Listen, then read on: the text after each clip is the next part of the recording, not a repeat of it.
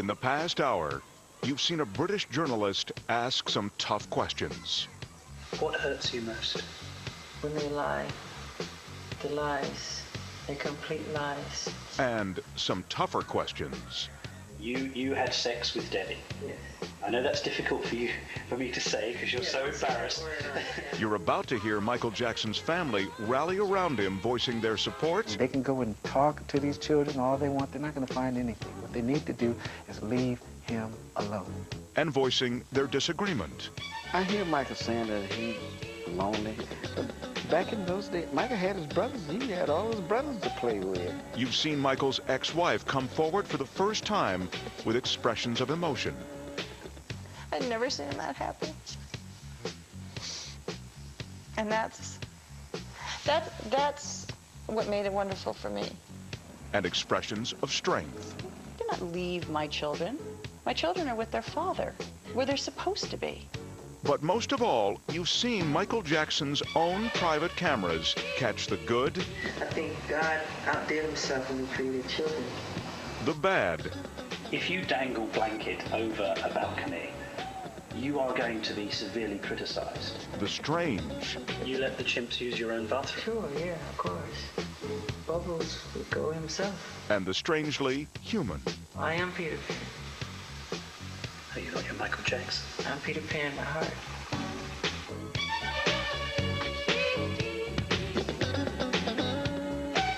But what you've seen so far is only the beginning of the Michael Jackson interview, the footage you were never meant to see.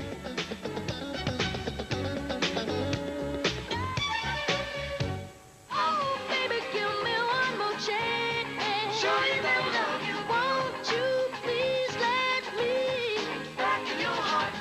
In addition to revisiting the interviews with Michael Jackson that were contained in the ABC special, we've also asked members of the Jackson family to comment on the information that the special chose to include. While the Jacksons are a very supportive family, not all of what they have to say is in complete agreement with Michael. And many of the comments you'll hear have never been revealed publicly until now. We try to get above all of this, the way of being united together. We don't like what some of the things are being said out there, but when you're number one out there all over the world, you get those kind of pot shots at you at all times. You've been so successful and you've amassed so much wealth. You never need to work again. And yet you don't seem to be able to enjoy it. It seems that you're restricted somehow. I enjoy it through my children. I enjoy But I'm it. talking about you. You just don't seem to enjoy it. Enjoy what? Enjoy your success, enjoy your wealth. It's hard to, I can enjoy it behind my gates, but I can't go out and enjoy it because it becomes work all over again. Working has been Michael's life from the time he was 5 years old. Oh, darling, I was right to let you go. And as we've already seen, missing out on his childhood continues to affect him to this very day.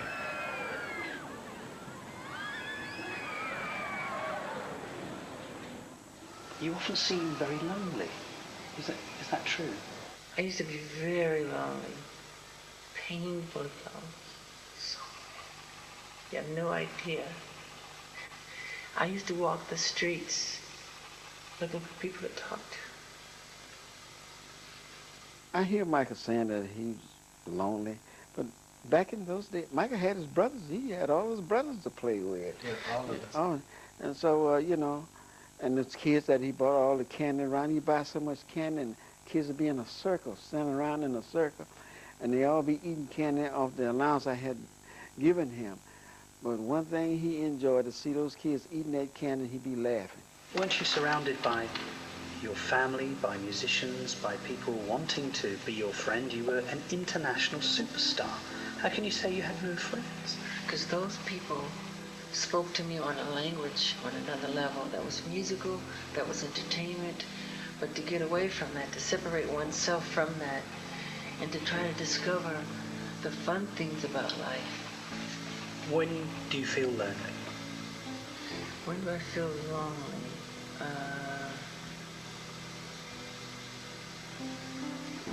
I mean, mean, I can be, you know, usually in hotels when there's thousands of fans chanting, you're out in the street, they're using sleeping bags and they're chanting how much they love you and everything, and you can't get out, you feel trapped inside, and you just cry, you feel lonely, you know?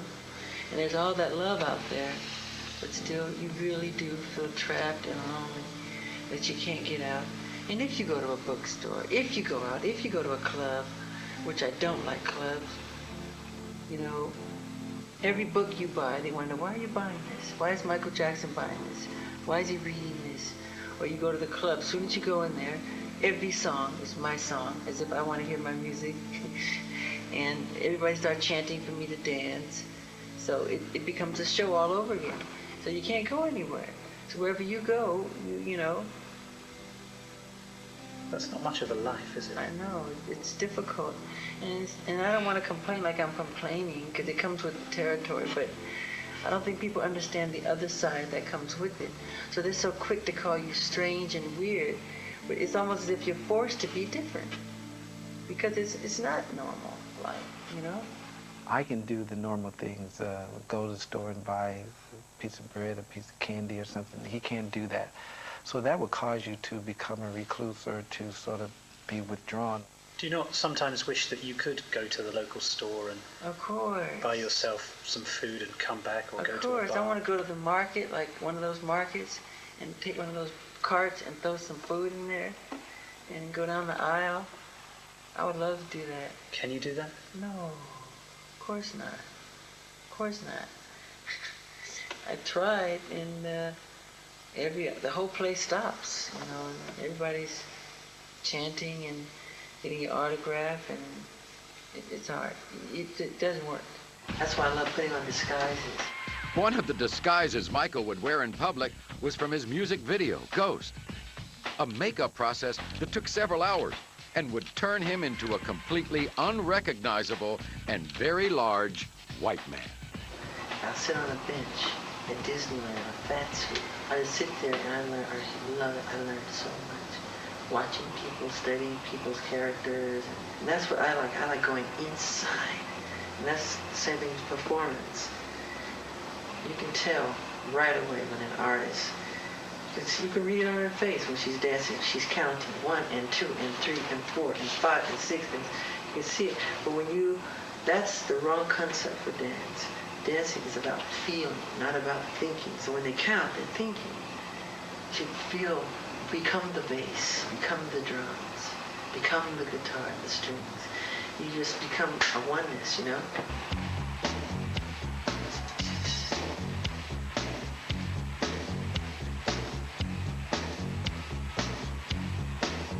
That's very important. But that's real. But that's Michael Jackson talking as a performer. I love performing. But that's not. I wish I could sleep on stage. But that's not Michael Jackson the person.